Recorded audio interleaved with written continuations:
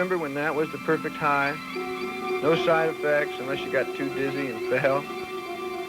Wouldn't it be nice if there was a way to feel that good? Some great chemical, some wonderful drug that would be non-addictive and socially acceptable? Old ladies first, yeah. Here, you have some too. Thank you, darling. Septic too. All righty. Hi, Mom. Hi, Brad, Hi, darling. how about for me? Yeah. Hey, and will you take one to the road? Yeah. Sure, later. Thanks, Dad. Okay. Good luck. He's such a good boy. A drug that would do no harm to the body? A drug that would do no injury to the brain?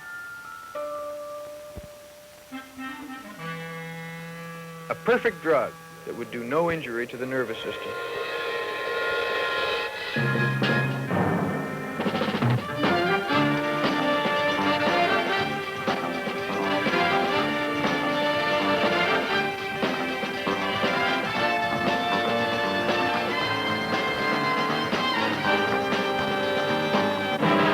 Wow, wouldn't that be the perfect drug? Take one pill to feel good, take two to feel, might as well say it, high. Inexpensive, too. Nickel apiece, legal, found in medicine chests everywhere. Available without a prescription and in vending machines everywhere. Sound too good to be true? Well, hold on to your heads. Medical science is almost there. Because some scientists claim that they have already developed this perfect drug. Isn't it interesting how mankind has always looked for that perfect drug? Way, way back. You know, primitive man and his lady discovered that certain roots, leaves, and vegetation would make them relax or feel good. Very good.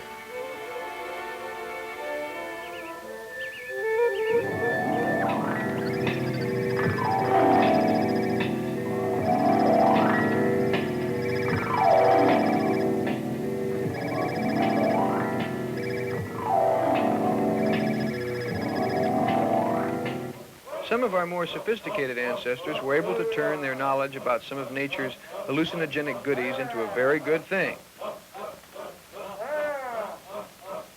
They became our first self-professed contacts with the Supreme Spirit, or spirits, and with the generous dispensation of the magic potions, were able to make the other members of the group suggestible enough to see whatever they were told they were going to see.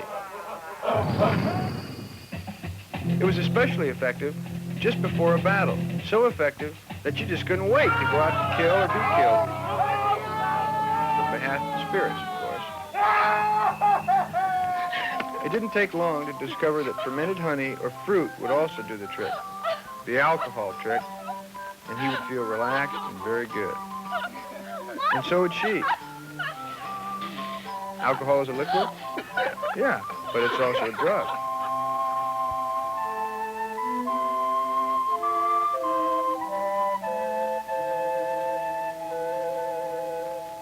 In about 1500 BC, in ancient Egypt and Persia, opium was a big thing to relax and feel good. It's easy to see why its first known name was gil, meaning joy or rejoicing.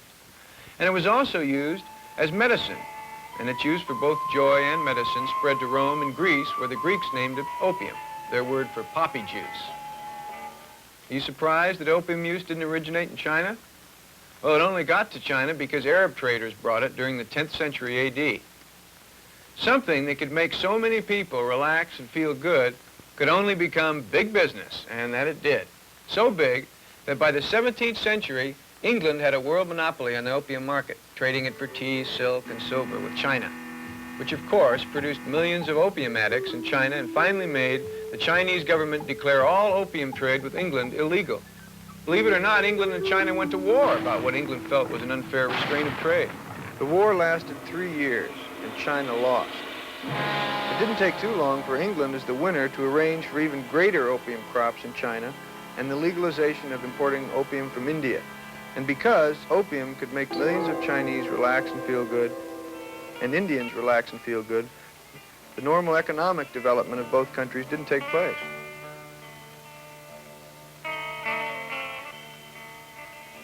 Years later, the Japanese, in their war with China, brought tons of opium and heroin into the other areas they conquered and occupied. These drugs kept the Chinese feeling so relaxed and so good that they just didn't do much fighting back.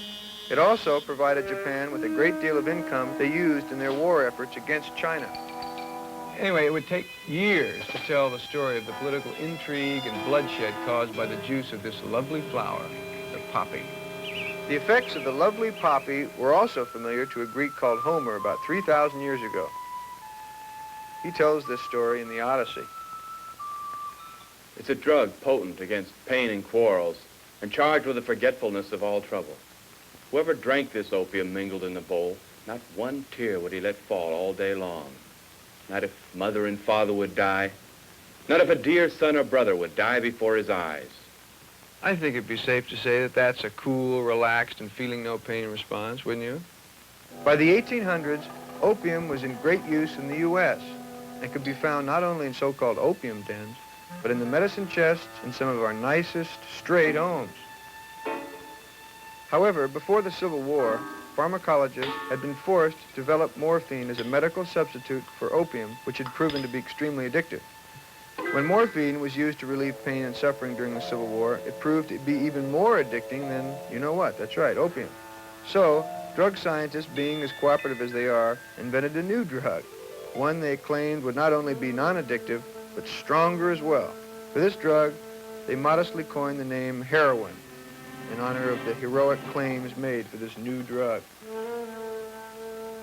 Who knows how many people have died of either heroin overdose or heroin-connected deaths? Just another drug used before it was really proven safe, and by that ever-increasing number of people who don't care what they swallow or pump into their veins. In the late 1800s, before the government set up the Pure Food and Drug Administration, there were thousands of cure-all products that at best could be considered harmless.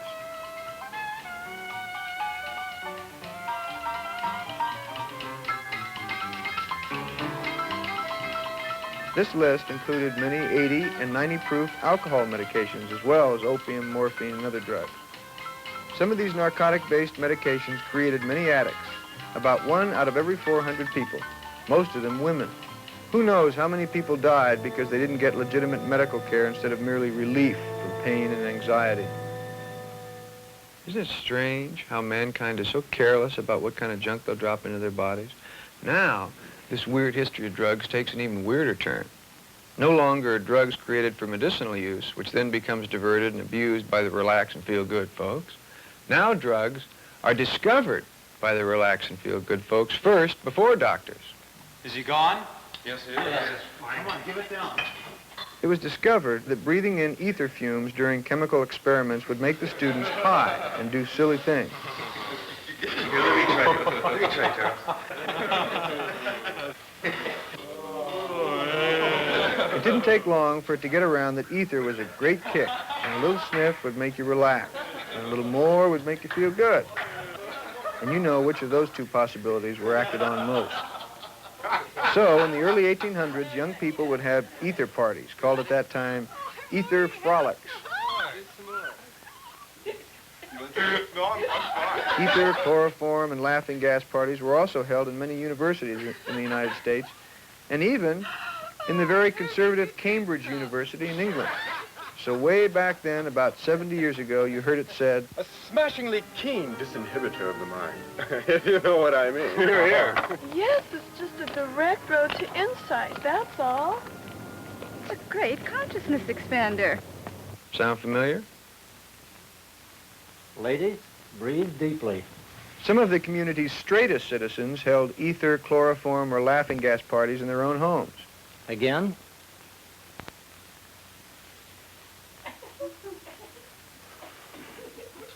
Again. When it becomes illegal to sell this gas without a prescription, it doesn't take long for the make-a-buck business mind to exploit this gas in the form of scientific lectures and shows. Ladies and gentlemen, what you will see here tonight is one of the newest wonders of modern science. One mankind has finally discovered the perfect drug to shed worries, to shed care, to shed all the irksome woes of everyday life. 2 bits. 1 With all the quarter, interest in this 25 drug, it cents. didn't take too long for one of the more creative would-be millionaires to try to raise money for a chain of gas of paradise taverns. Persons desirous of taking the ecstatic or seraphic breaths would be required to go to the cushion room for the violent emotion of ecstasy and the seraphic transportations that might be excited, might be more safely indulged in a retired or private situation than in or at the public bar or open tavern. Notice how the gas of paradise is compared with alcohol, just like marijuana is compared to alcohol even today. It is a cleanly, time-saving, exhilarating,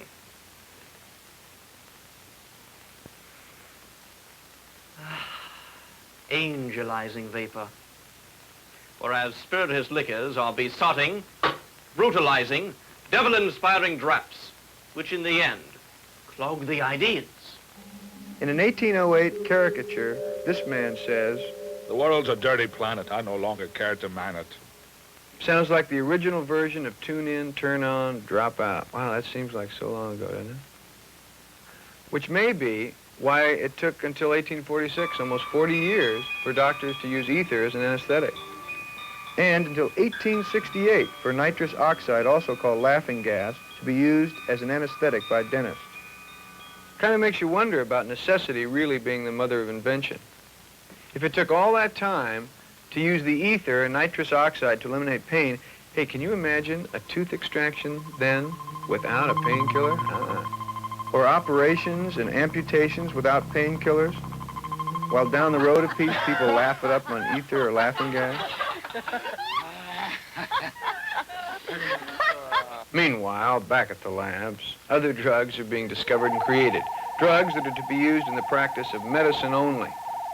However, when modern science discovers barbiturates, sedatives like Seconal, Nebutol, Tuinol, etc., which are prescribed very carefully and based on the doctor's knowledge of the patient's physical and emotional condition. I feel very tense, nervous. Very tense and very nervous. Have you had any difficulties in sleeping? Yes, doctor. It doesn't take long for some pill freak to glom onto them for relaxing and feeling good. Dr. Cohen, is there a predictable result? Yes, there is. People who take barbiturates while waking will become intoxicated. If they take enough, they'll be comatose. If they continue for weeks, they will fall into the tolerance trap, which means they have to continue to up the dose so that they'll get the original effect. So accidental death from barbiturates are real hazards with the downers. And then they're faced with withdrawal effects. If they suddenly stop, they go into a very serious condition, which can be more lethal than heroin withdrawal. When amphetamines are discovered as a drug to treat a rare disease like narcolepsy, a form of sleeping sickness, oh, and only incidentally, as an appetite depressant prescribed by doctors for those who want to lose weight, someone discovers that it makes them feel relaxed and very, very good, high. So, depending on that person's need to get high and or forget, even if only for a while, certain depressing problems in their lives, they start popping pills, like Benny's, Dexy's, uppers. And then, yeah, they're just bound to meet that one helpful friend who shows them the daring, skin-popping number. And then later, the maximum version of being a truly modern hip cat or chick of our times, how to shoot speed. Dr. Cohen, tell us now, what's the timetable for the typical speed scene? That varies. It may be that in a week, a speed freak, a person who shoots speed intravenously, can run up to 1,000 milligrams at a clip and repeat that many times a day. That's well over 500 times the average dose, so that it's really a fantastic amount of amphetamines is being used. This in turn causes all sorts of problems. Paranoid thinking, delusions of persecution, for example, and real brain damage if the speed is continued over a period of months or years. This has been proven in both animal and human work. And beyond that, of course, we know now that the speed psychosis is identical, or almost identical, to paranoid schizophrenia. So that speed is a bad deal, and I don't know of anybody who approves of it except the speed freak. Well, it may interest you to know that after 60 years of intensive amphetamine research, only now Drs. Halpern and Citron have found that there's a disease of the blood vessels of the vital organs of the body caused by prolonged amphetamine use. And this has some frightening overtones. In the normal individual, we see a kidney where the blood vessels are smooth, they taper in a nice fashion, and they are orderly throughout the kidney. In this individual, who is an 18-year-old boy who died following the use of speed, you see that the blood vessels have disappeared from many areas of the kidney, and this tissue has died. The remaining blood vessels show irregular changes, and there are areas of little blister formation, which is part of the abnormality due to the destruction of the wall of the blood vessel. This then is the proof that methamphetamine abuse can destroy the blood vessels within the body, and this may end in the death of the patient. It is true that many of the individuals do not show changes in their blood vessels that are advanced to this degree, but many of them do show definite changes which may progress.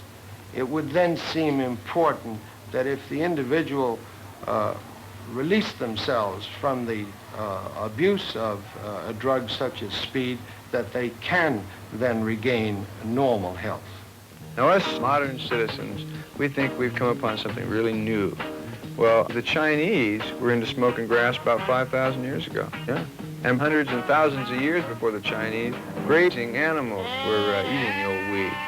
We all know, Dr. Cohen, that there are certain positive results that come from smoking marijuana, but I think we're all also interested in knowing what negative aspects there are to it. Can you? Yes. One thing that I'm rather impressed with is the recent work that's come out indicating that there's an important loss of immediate recall or memory in connection with smoking ordinary marijuana. You don't remember what you just did or said. You don't remember whether you did or didn't put your foot on the brake. This can be, of course, dangerous, obviously. And you really have to wonder whether this has any long-term effects, too. We're not sure of that point. But in the street, they've known this state for years, and they call it being spaced out. Dr. Cohen, I feel that marijuana is not necessarily the real problem. I think the real problem is the psychological state of the person who's getting stoned all the time. This is the guy who may feel inadequate. He may be anxious or depressed, and instead of dealing with his feelings of inadequacy or anxiety, decides to solve them with marijuana. I think that a person who can't handle his pot is just in the same position as a person who can't handle his booze, his rum, his acid, his skag, his downers and his uppers. The person who overdoes any chemical has a real personality problem. He's caught in the trap of somehow feeling so inadequate within himself that he's hoping for some chemical that will cure him of what he is. Right. How about any physical problems from smoking marijuana? We're not too concerned about physical damage in connection with pot. Of course, you remember the tobacco story. It took 300 years for us to know that tobacco could cause cancer. And what's going to come out with pot, we don't know. The research with marijuana is only a half dozen years old. Mm-hmm. So all I would like to say now is we don't know about physical difficulty. I'm very impressed with the fact that a lot of heavy pot users are at an age group when they should be developing ways of coping with stress, ways of overcoming frustration. In other words, ways of growing up. And unfortunately, this isn't the way to grow up. Dr. Cohen, what about some of us who are just plain bored?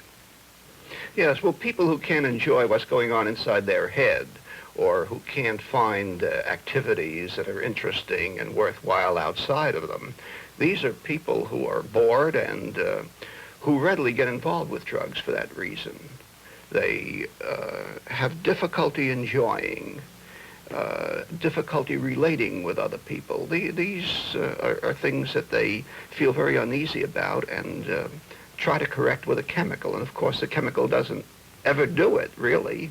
They don't learn how to relate with people. They don't learn how to enjoy life. They don't learn how to enhance their own development, and so they're in trouble.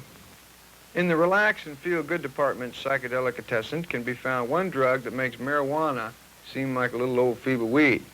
That drug is LSD, where one hollow marijuana seed can contain enough pure LSD for 2,500 trips. No, LSD doesn't grow in marijuana seed. It grows artificially in an illegal laboratory like this, where the skills and knowledge of these so-called chemists make the users of this product run the risk of a poisonous ingredient and bad side effects from defective acid. What makes it even worse is that not only are amphetamines mixed with LSD, but sometimes strychnine, a deadly poison. All this in the interests of a new and higher high. In the great LSD chromosome damage debate, some doctors say there is chromosome damage, and others say that they're not sure. But practically all of them say that it will take years to be absolutely certain about the long-term effects of the damage, and they advise not taking LSD until it's proven safe. Dr. Cohen, tell me now, what about the bum trips? Well, anyone can have one. That's been proven, although people who are rather disturbed tend to have it more frequently. What it amounts to is that it's a revelation to oneself of some hidden fears, particularly about oneself. It's our own Pandora's box of suppressed memories that suddenly and unexpectedly opens up and terrifies us. Look at your mommy! Look at your mommy! She's gonna leave us! For a few, it was a delusion that they were stronger than an oncoming car. No! Come back! No! For one at least, it was a fantasy that he was more powerful than a lion. Oh, my God!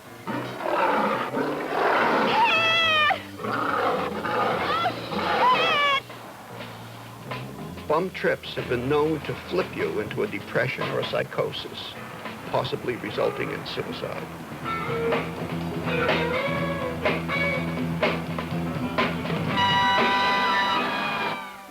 Tell me, Doctor, is LSD being used now with any positive results? Well, it certainly has taught us a good deal about the nature of the mind and how it works. Furthermore, there's some hopeful work that it will help with certain kinds of psychiatric problems.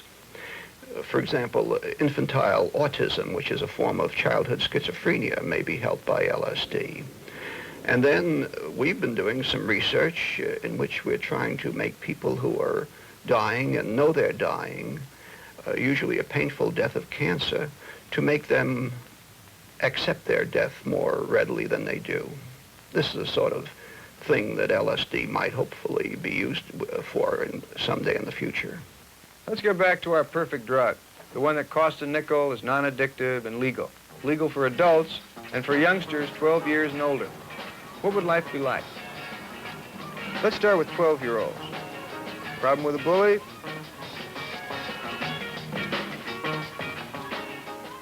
Pop a pill and relax. Remember, don't hitchhike. It's too dangerous. Yes, Mother. Mother explains what can happen if you hitch rides with strange men. Cool it. Don't listen to what she's telling you. You're relaxed, and that's all that counts.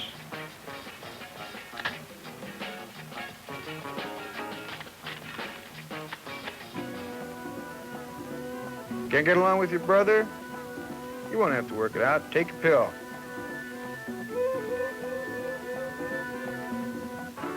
And you'll never have to learn to live with another person at all. You had your license revoked, and you're driving without a license, and you hit someone, and they're hurt.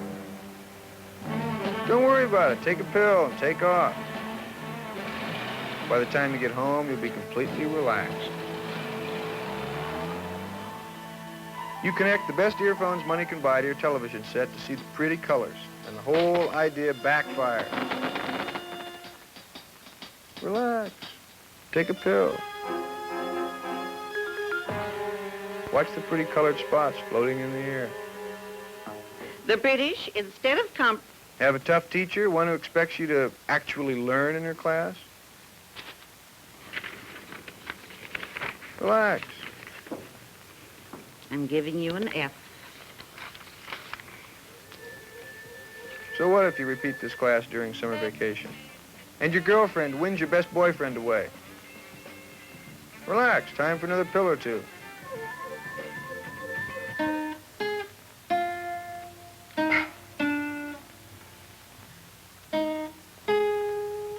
Didn't practice the guitar and your music teacher is disappointed in your lack of interest?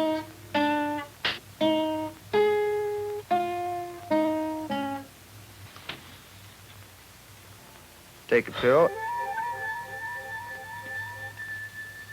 Hey, and offer him one too.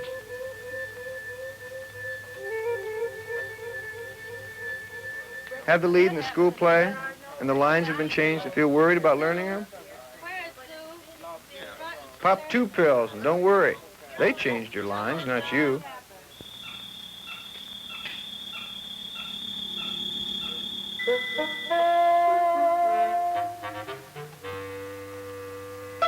And what if your surgeon felt the operation wasn't going too well and popped a couple of the perfect drug pills?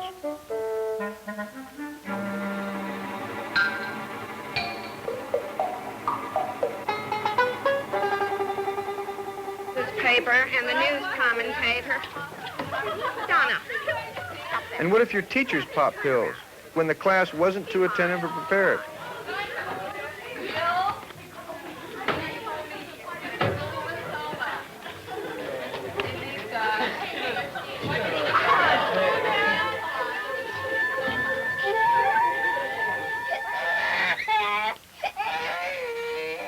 $105. 105. And where would you be if your parents popped pills when you got sick?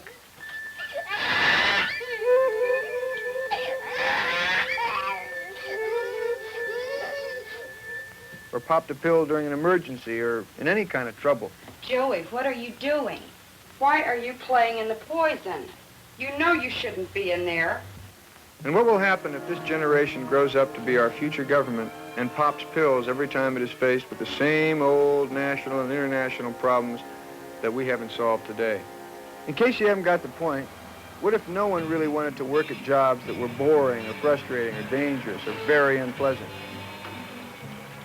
Like collecting the heavy, dirty, smelly garbage. Who'd risk their lives for strangers and burning buildings? Or risk their lives to build a high-rise home for you? Or risk their lives to build a dam for you to have water and electricity? Or risk their lives for you and the bomb squad of the police force?